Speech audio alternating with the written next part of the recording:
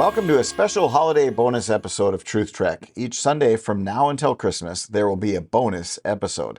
I will be reading some Christmas stories that I had posted last year before I launched Truth Trek on a separate podcast. They were enjoyed by many people. I'm not going to be posting all of the stories we did last year, but the 5 or 6 that were the most well-received based on the podcast analytics. So gather the family and enjoy this holiday story.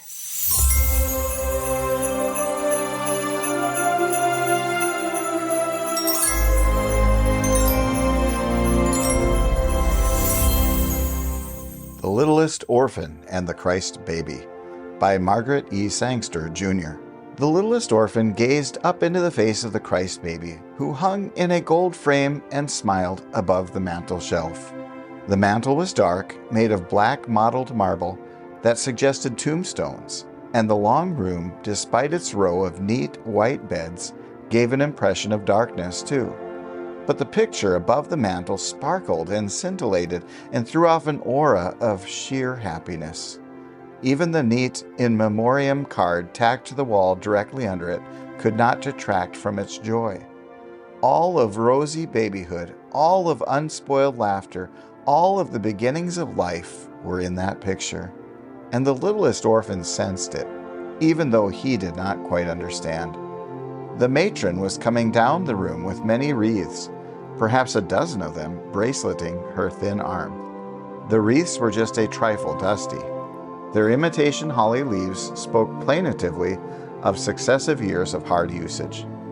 But it was only 2 days before Christmas, and the wreaths would not show up so badly under artificial light.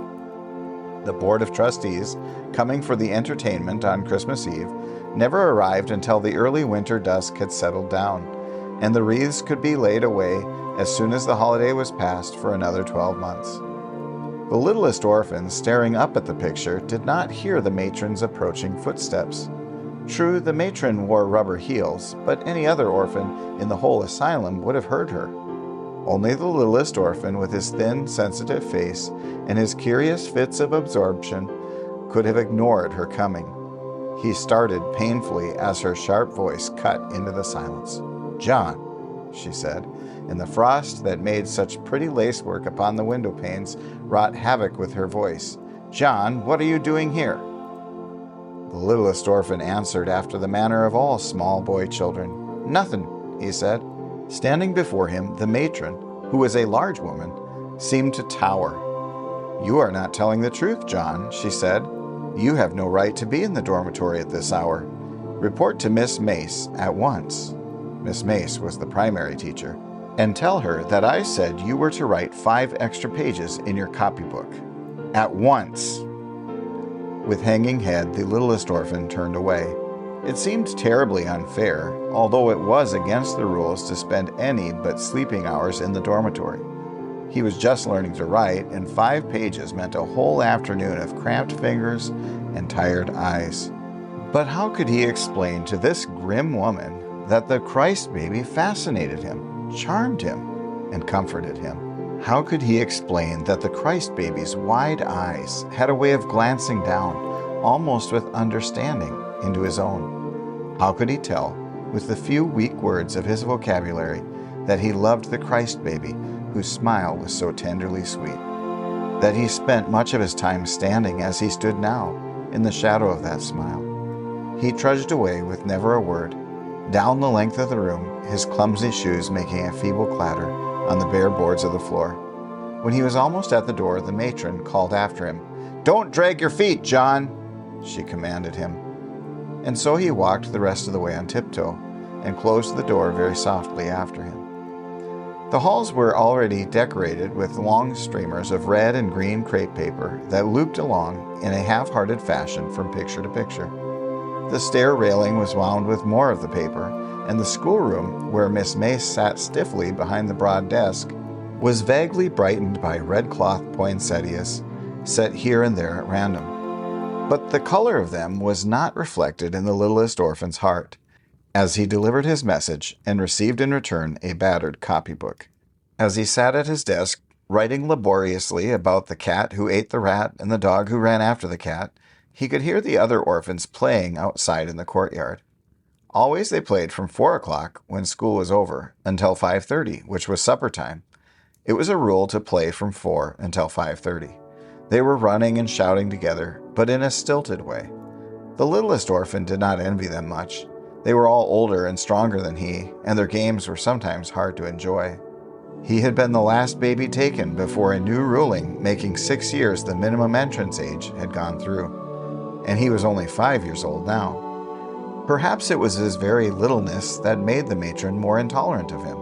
He presented to her a problem that could not be met in a mass way. His clothing had to be several sizes smaller than the other clothing, his lessons less advanced, and so on. Drearily he wrote, and listened between sentences to the scratching pen of Miss Mace. The dog had caught the cat, and now the man beat the dog, and then it was time to start all over again, back at the place where the cat ate the rat. 2 pages, 3 pages, 4 pages. Surreptitiously, the littlest orphan moved his fingers one by one and wondered that he was still able to move them. Then, working slowly, he finished the last page and handed the copybook back to the teacher. As she studied it, her face softened slightly. "Why did the matron punish you, John?" she asked, as if on impulse, as she made a correction in a sentence. The littlest orphan hesitated for a second, and then, "I shouldn't have been in the dormitory," he said slowly, "and I was." Again, Miss Mace asked a question. "But what," she queried, "were you doing there? Why weren't you out playing with the other children?" She didn't comment upon the fault, but the littlest orphan knew that she also thought the punishment rather severe. Only it isn't policy to criticize a superior's method of discipline. He answered her second question gravely. "I was looking at the Christ baby over the mantel," he said. As if to herself, Miss Mace spoke. "You mean the picture Mrs. Benchley gave in memory of her son," she murmured. "The pastel. And then, why were you looking at it?" She hesitated, and the littlest orphan didn't know that she had almost said dear. Shyly the child spoke, and wistfulness lay across his thin, small face. An unrealized wistfulness. "He looks so nice," said the littlest orphan gently. "Like he had a mother, maybe." Supper that night was brief, and after supper there were carols to practice in the assembly room. The littlest orphan, seated at the extreme end of the line, enjoyed the singing. The red-headed boy, who fought so often in the courtyard, had a high, thrilling soprano. Listening to him as he sang the solo parts made the littlest orphan forget a certain black eye and a nose that had once been swollen and bleeding. Made him forget lonely hours when he had lain uncomforted in his bed as a punishment for quarreling. The red-headed boy was singing something about gold and frankincense and myrrh. The littlest orphan told himself that they must be very beautiful things. Gold. The Christ baby's frame was of gold, but frankincense and myrrh were unguessed names. Maybe they were flowers, real flowers that smelled pretty, not red cloth ones. He shut his eyes, singing automatically, and imagined what these flowers looked like, the color and shape of their petals, and whether they grew on tall lily stalks or short pansy stems. And when the singing was over, and he opened his eyes with a start and realized that the matron was speaking. "Before you go to bed," she was saying, "I want you to understand that you must be on your good behavior until the trustees leave tomorrow evening. You must not make any disorder in the corridors or in the dormitories. They have been especially cleaned and dusted. You must pay strict attention to the singing. The trustees like to hear you sing. They will all be here. Even Mrs. Benchley, who has not visited us since her son died. And if one of you misbehaves—" She stopped abruptly, but her silence was crowded with meaning, and many a child squirmed uncomfortably in his place. It was only after a moment that she spoke again. "Good night," she said abruptly, and the orphans chorused back, "Good night." Undressing carefully and swiftly, for the dormitory was cold and the lights were dim, the littlest orphan wondered about the trustees, and in particular about Mrs. Benchley, who had lost her son. All trustees were ogres to asylum children, but the littlest orphan couldn't help feeling that Mrs. Benchley was the least ogre-like of them all. Somehow she was a part of the Christ baby's picture, and it was a part of her. If she were responsible for it, she could not be all bad. So, ruminating, the littlest orphan said his brief prayers, Any child who forgot his prayers was punished severely and slid between the sheets into his bed. Some of the orphans made a big lump under their bed covers. The red-headed boy was stocky, and so were others. Some of them were almost fat. But the littlest orphan hardly made any lump at all. The sheet, the cotton blanket, and the spread went over him with scarcely a ripple. Often the littlest orphan had wished that there might be another small boy who could share his bed. He took up such a tiny section of it. Another small boy would have made the bed seem warmer somehow and less lonely. Once 2 orphans had come to the asylum, and they were brothers. They had shared things, beds and desks and books. Maybe brothers were unusual gifts from a surprisingly blind providence. Gifts that were granted only once in 100 years, more rare even than mothers. Mothers. The sound of the word had a strange effect upon the littlest orphan, even when he said it silently in his soul. It meant so much that he did not comprehend, so much for which he vaguely hungered. Mothers stood for warm arms and kisses and soft words. Mothers meant punishments too, but gentle punishment that did not really come from way inside.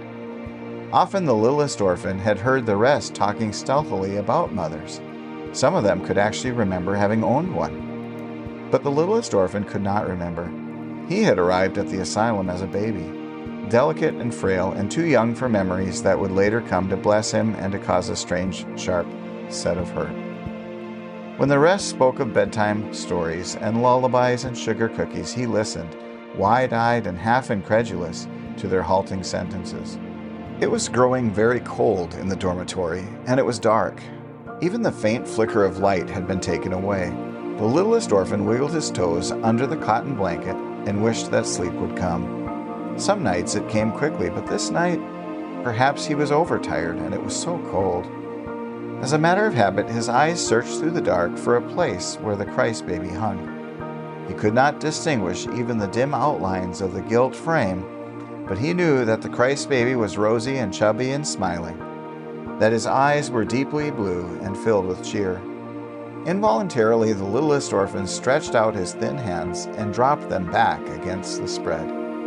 All about him the darkness lay like a smothering coat, and the Christ baby, even though he smiled, was invisible. The other children were sleeping. All up and down the long room sounded their regular breathing, but the littlest orphan could not sleep. He wanted something that he was unable to define, wanted it with such a burning intensity that the tears crowded into his eyes.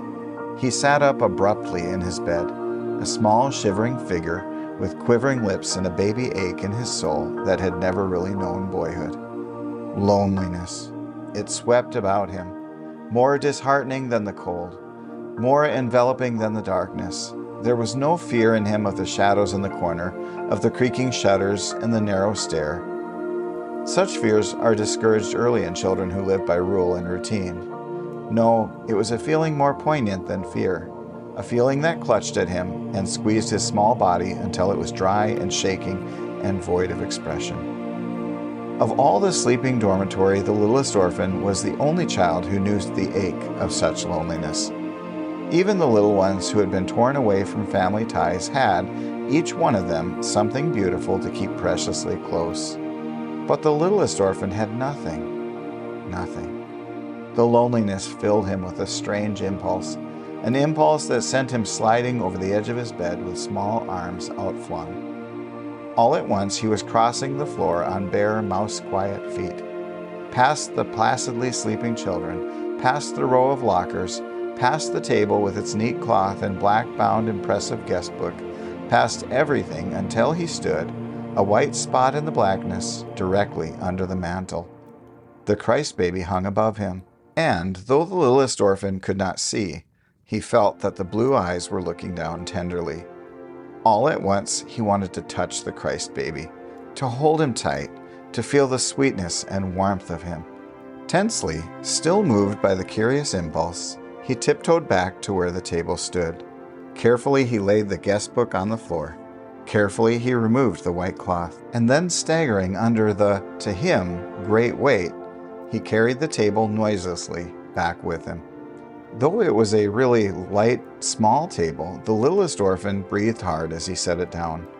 He had to rest, panting for a moment, before he could climb up on it. All over the room lay silence, broken only by the sleepy sounds of the children. The littlest orphan listened almost prayerfully as he clambered up on the tabletop and drew himself to an erect position. His small hands groped along the mantel shelf, touched the lower edges of the golden frame, but the Christ baby was still out of reach. Feverishly obsessed with one idea, the littlest orphan raised himself on tiptoe. His hands gripped the chill marble of the mantel. Tugging, twisting, all with the utmost quiet, he pulled himself up until he was kneeling on the mantel shelf. Quivering with nervousness as well as the now intense cold, he finally stood erect. And then, only then, he was able to feel the wire and the nail that held the Christ baby's frame against the wall. His numb fingers loosened the wire carefully, and then at last the picture was in his arms. It was heavy, the picture, and hard.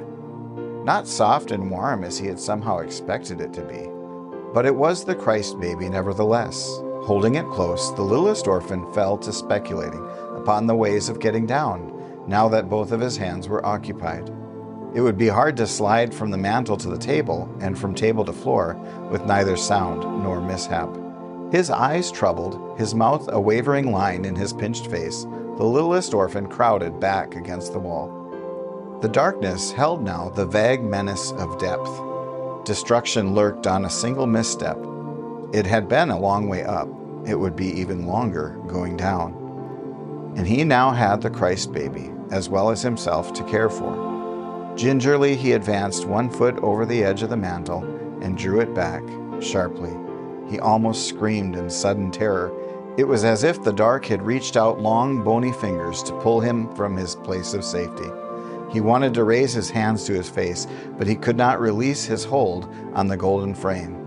All at once he realized that his hands were growing numb with the cold, and that his feet were numb too. The minutes dragged by. Somewhere a clock struck many times. The littlest orphan had never heard the clock strike so many times at night before. He cowered back until it seemed to his scared small mind that he would sink into the wall. And then, as the clock ceased striking, he heard another sound, a sound that brought dread to his heart. It was a step in the hall, a heavy, firm step that, despite rubber heels, was now clearly recognizable. It would be the matron, making her rounds of the building before she went to bed. As the steps came nearer along the hall, a light, soft and yellow, seemed to grow in the place. It would be the lamp that she carried in her hand. The matron reached the door and peered in, and then, with lamp held high, she entered the room. And her swift glance swept the rows of white beds, each but one with his sleeping occupant. The littlest orphan on the mantel clutched the Christ baby closer in his arms and waited. It seemed to him that his shivering must shake the room. He gritted his teeth convulsively as the matron's eyes found his tumbled, empty bed. Hastily forgetting to be quiet, the woman crossed the room. She pulled back the spread, the blanket, and then, as if drawn by a magnet, her eyes lifted, traveled across the room, and found the small white figure that pressed back into the narrow space. Her voice was sharper even than her eyes when she spoke. "John," she called abruptly, and her anger made her forget to be quiet. "What are you doing up there?" Across the top of the Christ baby's gilt frame, the eyes of the littlest orphan stared into the eyes of the matron with something of a fascination that one sees in the eyes of a bird charmed by a cat or a snake. In narrow white beds all over the room, children were stirring, pulling themselves erect, staring.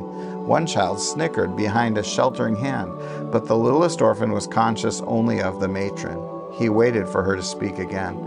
In a moment, she did. "John," she said, and her voice was burning and yet chill with rage. "You are a bad boy. Come down at once."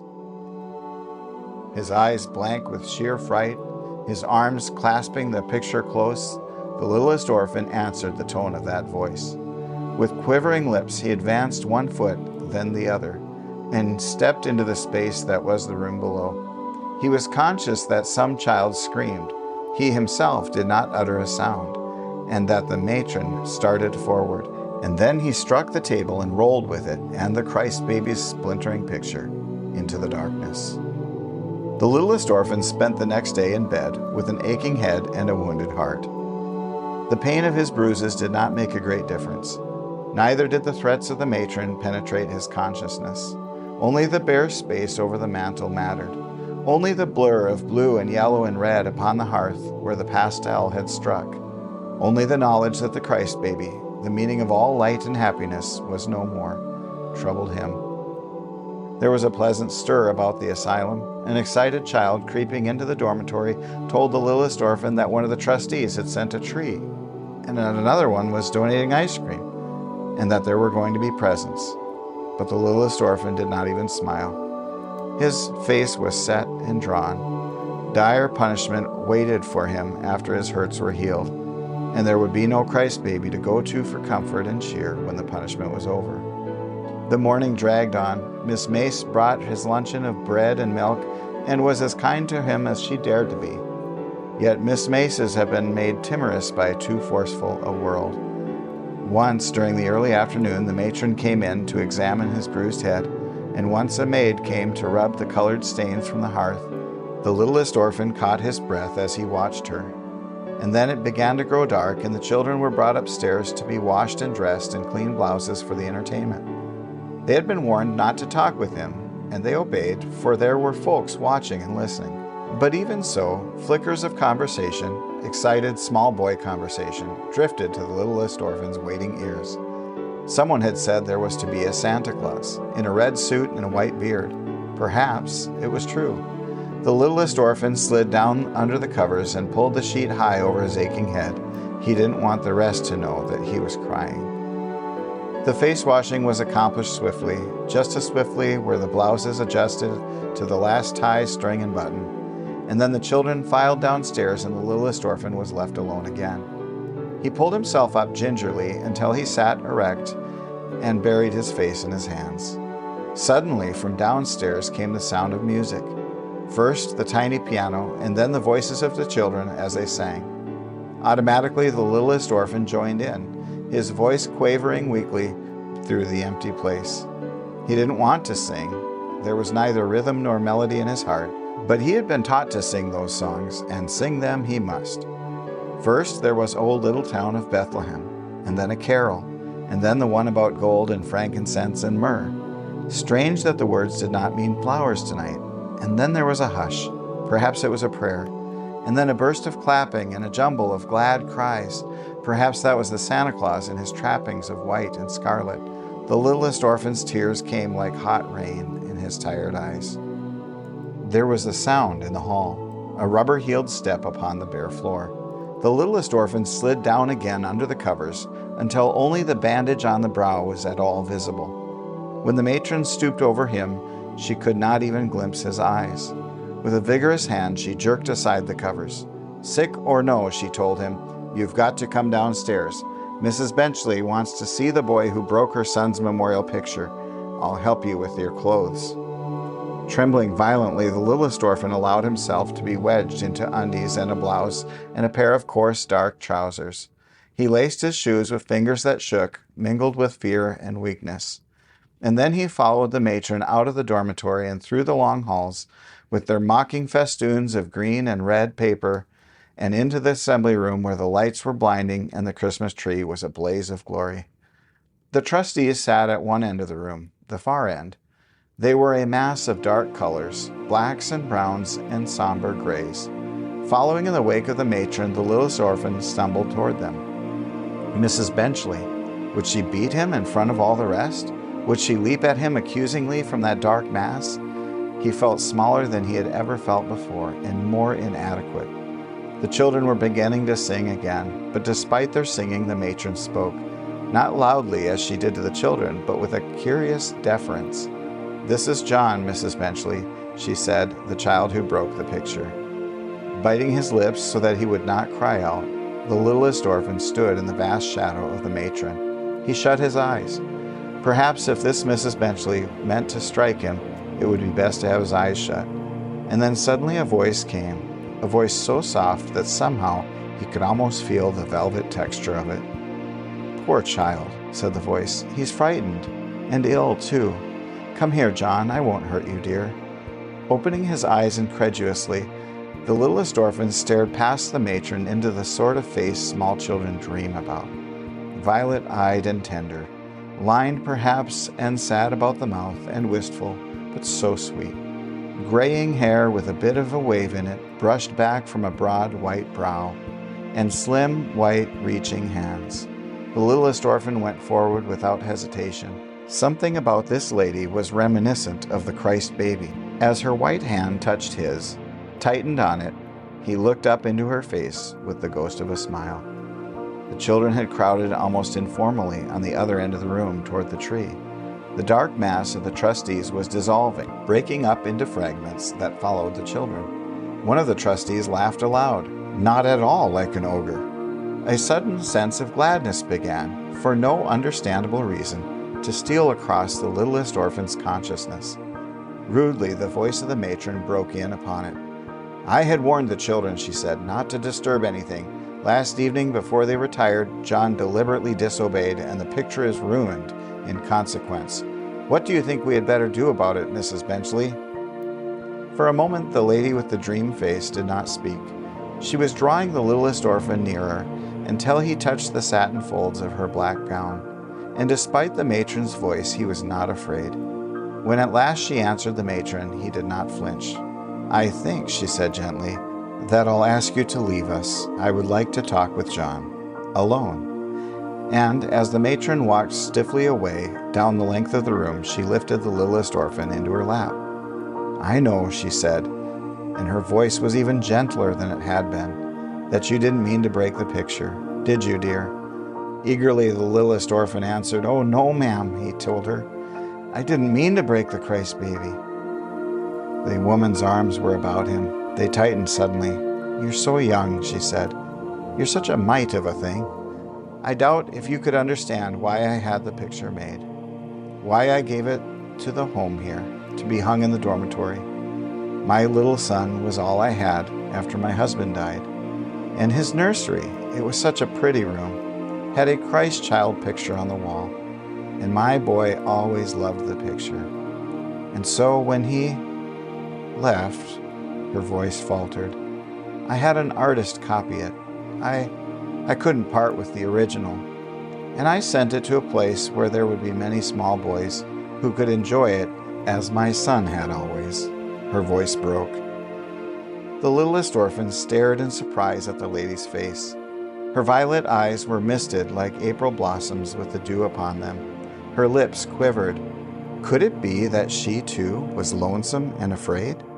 His hand crept up until it touched her soft cheek. "I loved the Christ baby," he said simply. The lady looked at him.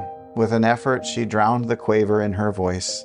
"I can't believe," she said at last, "that you destroyed the picture purposely. No matter what she," her glance rested upon the matron's stiff figure half a room away, "may think. John, dear, did you mean to spoil the gift I gave in my small boy's name? Oh, I'm sure you didn't." All day long, the littlest orphan had lived in fear and agony of soul. All day long, he had known pain, physical pain and the pain of suspense. Suddenly, he buried his face in the lady's neck. He had never known before that there was a place in ladies' necks just made for tiny heads, and the tears came. Choked by sobs, he spoke. "No, ma'am," he said. "I didn't mean to. It was only because I was cold and lonesome. And the bed was big, and all the rest was asleep, and the Christ baby always looked so pink and glad and warm, and I wanted to take him into my bed and cuddle close." He burrowed his head deeper into the neck so that I wouldn't be cold anymore or lonesome anymore. The lady's arms tightened about the littlest orphan's body until the pressure almost hurt, but it was a nice sort of hurt. It shocked her somehow to feel the thinness of that body, and her tears fell quite unrestrained upon the littlest orphan's bandaged head. And then all at once she bent over, and her lips pressed ever so tenderly upon the place where his cheek almost met her ear. "Not to be cold," she whispered, more to herself than to the littlest orphan, "or lonesome any more. to have the nursery opened again, and the sound of the tiny feet in the empty rooms, to have the Christ child smiling down upon a sleeping little boy, to kiss bruises away again, not to be lonesome anymore or cold. Suddenly she tilted back the littlest orphan's head, was looking deep, deep into his bewildered eyes.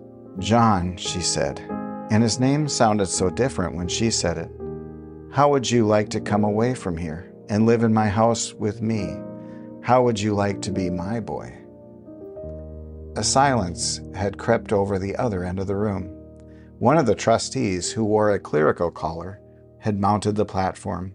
He was reading from the Bible that visiting ministers read from on a Sunday. His voice rang, resonant and rich as an organ tone, through the room. "For unto us a child is born," he read. "Unto us a son is given."